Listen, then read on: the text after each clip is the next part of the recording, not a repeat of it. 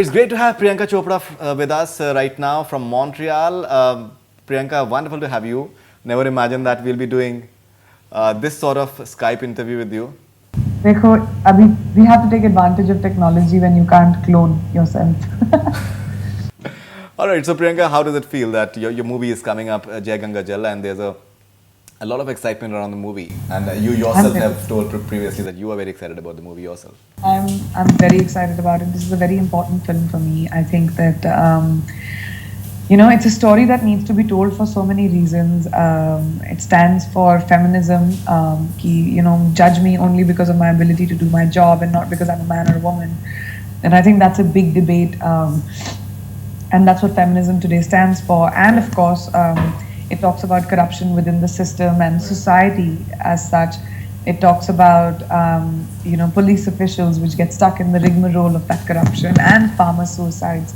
कभी-कभी ये मुद्दा छिड़ जाता है, but छोड़ देते हैं लोग after a little bit of time. I'm so glad to be doing a character like Abha, which is being directed by Prakash Jha, who's such a bold filmmaker. He's known for his bold point of views.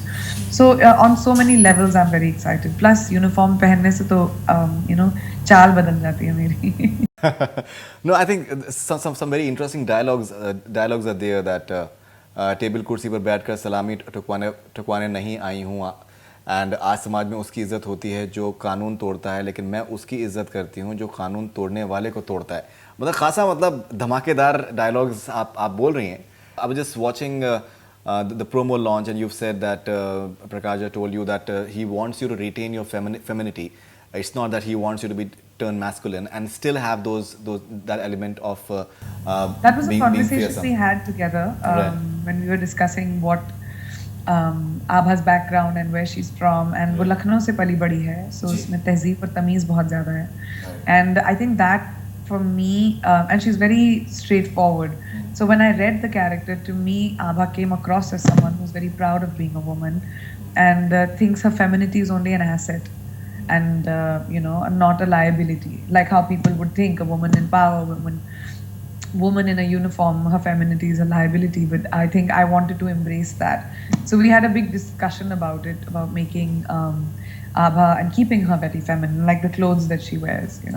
Okay, in fact, there is this dialogue that चाहे उसे मर्द पहने या औरत, तुम जैसे नामर्दों को चुटकी में उनकी औकात याद दिला देते हैं. This entire thing that you're saying, that it's not about the gender, but it's a fact that the belief which has to be strong.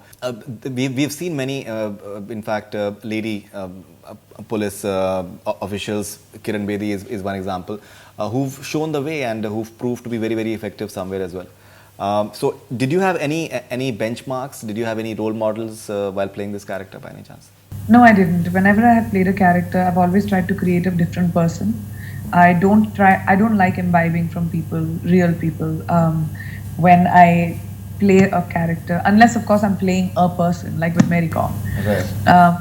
But besides that, I always try to create different people, because it's a story of a fictional character. So Abha came from, she's individualistic. I didn't take from anybody else. There's one more dialogue that याद रखिएगा sir, जिस वर्दी को आप रखेल समझते हैं वही वर्दी आपको अरेस्ट करेगी और खींच के ले जाएगी उसी जनता के सामने जिसके पावर को आपने बलात्कार किया है. Now that's another very in fact powerful dialogue, and we've seen it in the recent times. You've not been in India, but say in Delhi we've seen recently that it's being said that maybe police was not effective in the recent times at Patiala House recently. Do you feel that there's a lot of responsibility on police that they should be following diligently? Well, there always will be responsibility on law enforcement in any kind. I mean, every government, every nation has that. But the police system is as strong as the government is, and the support that it gets from its government. That's how strong your law enforcement on the field will be. And I'm a defense officer's daughter. The defense will be as strong as the government allows it to be. So eventually and inherently, everything boils down to the system and what the government provides to its law officials.